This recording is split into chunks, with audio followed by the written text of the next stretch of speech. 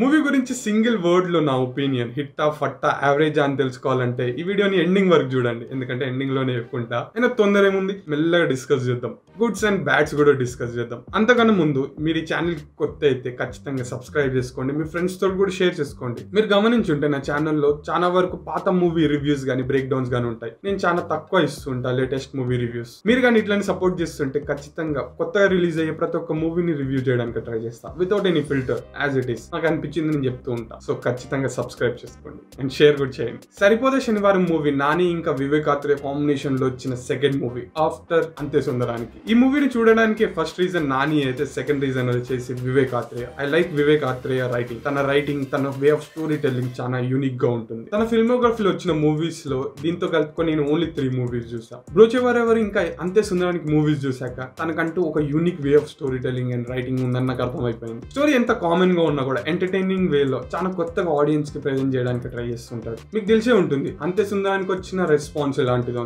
చాలా మందికి నచ్చింది, చాలా మందికి లాగ్ అనిపించింది, చాలా మందికి అసలు నచ్చనే లేదు. ఇలా మిక్స్డ్ రెస్పాన్స్ వచ్చిందని మన అందరికి తెలుసు. But for me it was a completely different experience. తన స్క్రీన్ ప్లే కి ఫిదా అయిపోయినా. ఇన్ఫాక్ట్ ఆ మూవీ తర్వాతనే వివేక్ ఆత్రేయ రైటింగ్ కి నేను చాలా పెద్ద ఫ్యాన్ అయిపోయా. అండ్ నాకు కాన్ఫిడెన్స్ వచ్చింది ఎలాంటి కామన్ స్టోరీ లైన్ ఉన్న మూవీని కూడా తన వే ఆఫ్ స్టోరీ టెల్లింగ్ తోటి అందరిని ఇంప్రెస్ చేస్తాడని. అంతే సుందరానికి వచ్చిన మూవీ రెస్పాన్స్ ని బాగా అనాలిసిస్ చేసి కమర్షియల్ ఆడియన్స్ ని ఇంప్రెస్ చేయలేకపోయిందని అర్థం చేసుకొని ఇప్పుడు ఈ మూవీ తోటి ఒక కంప్లీట్లీ యాక్షన్ ప్యాక్ సీక్వెన్సెస్ తోటి ఒక కమర్షియల్ వేలో రిటర్న్ అయితే వస్తున్నాడు. అండ్ ఈ మూవీ తోటి మళ్ళీ కన్ఫర్మ్ చేసింది స్టోరీ ఎలాంటిదైనా కూడా తన రైటింగ్ తోటి ఒక ఫ్రెష్ ఫీలింగ్ అయితే ఇస్తాడని. మూవీ స్టోరీ విషయానికి వస్తే స్టోరీ చాలా మందికి తెలిసే ఉంటుంది. ఆయన మళ్ళీ ఒకసారి చెప్తా. సూర్య ప్లేడ్ బై నాని, వాడు ఓన్లీ శనివారాలే కొడుతూ ఉంటాడు. అంటే మిగతా రోజులు వచ్చిన కోపం మొత్తం ఓన్లీ శనివారమే తీర్చుకుంటూ ఉంటాడు. మిగతా రోజులు ఎవరిని కొట్టడు, కోపం వచ్చినా కూడా ఆపుకుంటూ ఉంటాడు. కానీ ఎందుకు ఓన్లీ శనివారాలు, ఓన్లీ సాటర్డేస్ ఎందుకు అనేది ఒక పాయింట్ మూవీకి ఒక అవుట్లైన్ ఫామ్ అవుతుంది. అది మూవీ చూసినాకనే మీరు తెలుసుకోండి. నేను స్పాయిలర్ ఇవ్వాలనుకుంటలేను. ఆ రీజన్ కూడా చాలా ఎమోషనల్ వేలో చాలా బ్యూటిఫుల్ గా చూపించుంటారు. మూవీలో కన్విన్సింగ్ గా కూడా ఉంటుంది. మూవీ హ్యాస్ గుడ్ మ్యూజిక్, మంచి యాక్షన్ సీక్వెన్సెస్, ఒక గుడ్ అమౌంట్ ఆఫ్ ఎమోషన్ కూడా ఉంటుంది. కొన్నిసార్లు డిస్కనెక్ట్ అనిపించినా కూడా ఏం పర్లేదు. క్యారెక్టర్స్ ఇంకా వాటిని ప్లే చేసిన యాక్టర్స్ విషయానికి వస్తే అందరు బీభత్సమైన పర్ఫార్మెన్స్ అయితే ఇచ్చారు. మెయిన్లీ దయా క్యారెక్టర్ ప్లే చేసిన ఎస్జే సూర్య పర్ఫార్మెన్స్ అయితే ర్యాంప్ అని చెప్పాలి. తన క్యారెక్టర్ కి చాలా షేడ్స్ అయితే ఉంటాయి. ఎట్ ఎ టైమ్స్ చాలా కామ్ గా కామెడీ పండించి ప్యారలల్ గా ఒక సైక్ ఉన్న క్యారెక్టర్ గా అయితే చూపించారు. ఆ క్యారెక్టర్ లో ఉన్న షేడ్స్ ని, అప్స్ అండ్ డౌన్స్ ని ఎస్జే సూర్య అయితే చాలా ఈజీగా పర్ఫార్మ్ చేసిండు. ఇన్ఫాక్ట్ నాని ఇచ్చిన పర్ఫార్మెన్స్ ని డామినేట్ చేసేలా అనిపిస్తుంది ఎస్జే సూర్య ఇచ్చిన పర్ఫార్మెన్స్. మూవీలో నాకు నచ్చిన ఇంకో విషయం ఏంటంటే చాలా మూవీస్ లో హీరోస్ కి లవ్ ఇంట్రెస్ట్ గా హీరోయిన్ చూపించడం, లేకపోతే సప్లాట్ గా హీరోయిన్ చూపించడం, అలా కాకుండా ఈ మూవీలో హీరోయిన్ ఒక క్యారెక్టర్, ఒక integral part, important part of the story line ఉంటుంది. కళ్ళు ప్లేడ్ బై ప్రియాంక మోహన్. మూవీలో తన క్యారెక్టర్ కి ఒక ఇంపార్టెంట్ రోల్ అయితే ఉంది. అండ్ యాక్టింగ్ కి స్కోప్ ఉంది కాబట్టి తన పర్ఫార్మెన్స్ కూడా చాలా కమాండబుల్ గా ఉంటుంది. యాక్టింగ్ కి స్కోప్ ఉంటేనే కదా ఎవరైనా పర్ఫార్మ్ చేసేది. ఓన్లీ గ్లామరస్ టచ్ కోసం పెట్టుకుంటే ఇట్ వుడ్ బి నార్మల్. నా ఛానల్ ని మీరు రెగ్యులర్ గా ఫాలో అవుతుంటే మీకు తెలిసే ఉంటుంది. నాకు హీరోయిన్స్ ని మూవీస్ లో ఓన్లీ లవ్ ఇంట్రెస్ట్ గా లేకపోతే సప్లాట్ గా పెడితే నాకు అస్సలు నచ్చదని. సో ఈ మూవీలో అయితే అట్లా లేదు. Now let's talk about good and bad of this movie. ముందుగా గుడ్ పాయింట్స్ ఏంటంటే, ఫస్ట్లీ బ్యాక్గ్రౌండ్ మ్యూజిక్ చాలా మంచిగా ఉంది. అదేదో సీన్స్ ని ఓవర్లాప్ చేస్తూ లేకపోతే అక్కడ ఏం జరగకపోయినా బీజిఎం తోటి ఓవర్ పవర్ చేస్తున్నట్టుగా అనిపించదు. అక్కడ సీన్స్ కూడా అదే రేంజ్ లో ఉంటాయి కాబట్టి దానికి సింక్ అయ్యేలాగా బ్యాక్గ్రౌండ్ మ్యూజిక్ కూడా చాలా పర్ఫెక్ట్ గా ఉంటుంది. You will just love the BGM. And మంచి థియేటర్ లో ఎక్స్పీరియన్స్ చేస్తే జబర్దస్త్ ఉంటుంది background music. Screen play and story telling, చాలా చిన్న పాయింట్ ఉన్న స్టోరీ లైన్ ని తీసుకొని 2 hours 50 minutes గా అయితే ప్రెజెంట్ చేశాడు. అట్ ఎ టైమ్స్ ఇది దెబ్బ కూడా తీసింది, బట్ దాని గురించి తర్వాత మాట్లాడుకుందాం. కానీ స్టోరీ టెల్లింగ్ కొద్ది కొత్తగానే అనిపిస్తుంది. వివేక్ ఆత్రేయ ఒక టచ్ కొద్దిగా అక్కడ మిస్ అయినట్టుగా అనిపిస్తుంది. Powerful antagonist or villain. మూవీలో ఉన్న విలన్ హీరో కన్నా ఎంత పవర్ఫుల్ గా ఉంటే మూవీకి అంత పాజిటివ్ అయితే అవుతుంది.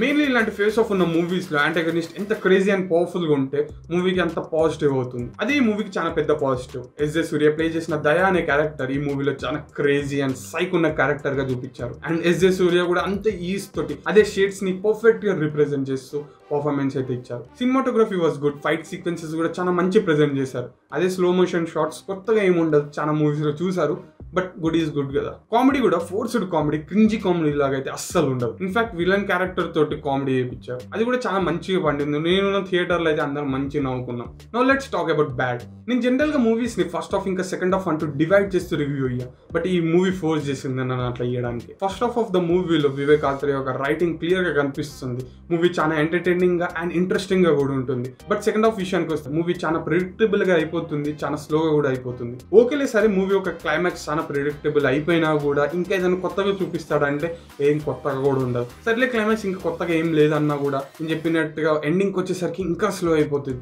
నాకే అనిపించింది ఇంకా చాలేరా బాబు, నువ్వు చెప్పాలనుకుంది మాకు అర్థమైపోయింది అని. ఎమోషనల్ కనెక్ట్, మూవీలో చాలా క్యారెక్టర్స్ కి మీరు ఎమోషనల్ గా కనెక్ట్ అయిపోతారు.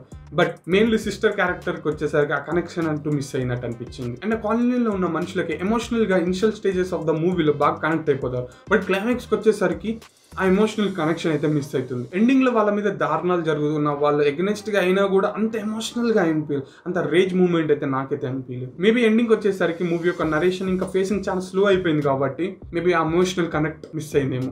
ఇది నా వరకు మాత్రం. మీకు నేను దేని గురించి మాట్లాడుతున్నా మూవీ చూస్తే క్లియర్ గా అర్థమైపోతుంది. మూవీ గురించి ఓవరాల్ గా సింగిల్ లైన్ లో చెప్పాలంటే మూవీ ఒక మంచి entertainer and above average movie అయితే అనొచ్చు. One time watch. ఎట్లాంటి మూవీ అయినా మళ్ళీ తీసుకుని బోర్ కొట్టేస్తుంది. కానీ అన్ని మూవీస్ లో గుడ్స్ అండ్ బ్యాడ్స్ ఉంటాయి. ఒక పర్ఫెక్ట్ మూవీని తీయడం ఆల్మోస్ట్ ఇంపాసిబుల్. ఒక పర్ఫెక్ట్ మూవీని తీసినా కూడా మనం దాని గురించి కూడా నెగిటివ్ అయితే మాట్లాడతాం. ఈ మూవీ గురించి చాలా మంది అనొచ్చు, చాలా లాగ్ మూవీలో చాలా స్లో నరేషన్ ఉందిరా అనొచ్చు. నేను కూడా అన్నా కదా. బట్ ఇది చాలా expected. Vivek Athreya writing and movies లో ఇది చాలా ఎక్స్పెక్టెడ్. మూవీస్ లో ఉన్న క్యారెక్టర్స్ ని చాలా డెప్త్ గా చూపిద్దాం అనుకుంటారు. దాని వల్ల మూవీ చాలా లాగ్ అనిపిస్తుంది. బట్ దాని కూడా ఒక లిమిట్ ఉంటుంది. అండ్ ఈ మూవీలో దాన్ని క్రాస్ అయినట్టుగా అనిపిస్తుంది. క్లైమాక్స్ చాలా స్లో ఫేసింగ్ అని చెప్పా కదా అదే. But you are a fan of Vivek Athreya writing and film making and you know what you are going to watch, you will definitely love this movie. నా లాగనే. కానీ తన ఫిల్మ్ మేకింగ్, తన రైటింగ్ కి మీరు అంత పెద్ద ఫ్యాన్ కాకపోయి ఉంటే డెఫినెట్లీ మూవీ మీకు లాగ్ అనిపిస్తుంది. Mainly second half. నాకే ఒక పాయింట్ లాగ్ అనిపించింది అంటే ఇంకా. So this was my unfilter review. ఈ రివ్యూని విన్న తర్వాత మీరే డిసైడ్ చేసుకోండి మూవీని చూడాలా చూడొద్దా అని. ఒకవేళ చూడాలనుకుంటే ఓటీటీలోనా లేక థియేటర్లోనా. థియేటర్లో చూద్దాం అనుకుంటే ఒక మంచి సౌండ్ సిస్టమ్ ఉన్న థియేటర్లో అయితే చూడండి. మ్యూజిక్ మంచిగా ఉంది కాబట్టి పర్ఫెక్ట్ ఎక్స్పీరియన్స్ అయితే ఇస్తుంది. సో ఇంకో వీడియోలో మళ్ళీ కలుద్దాం. అప్పుడు దాకా నా ఛానల్ చూస్తూనే ఉండండి. అండ్ వెళ్ళే ముందు అలా సబ్స్క్రైబ్, షేర్ అయితే చేయండి. నచ్చితే లైక్ కూడా కొట్టండి.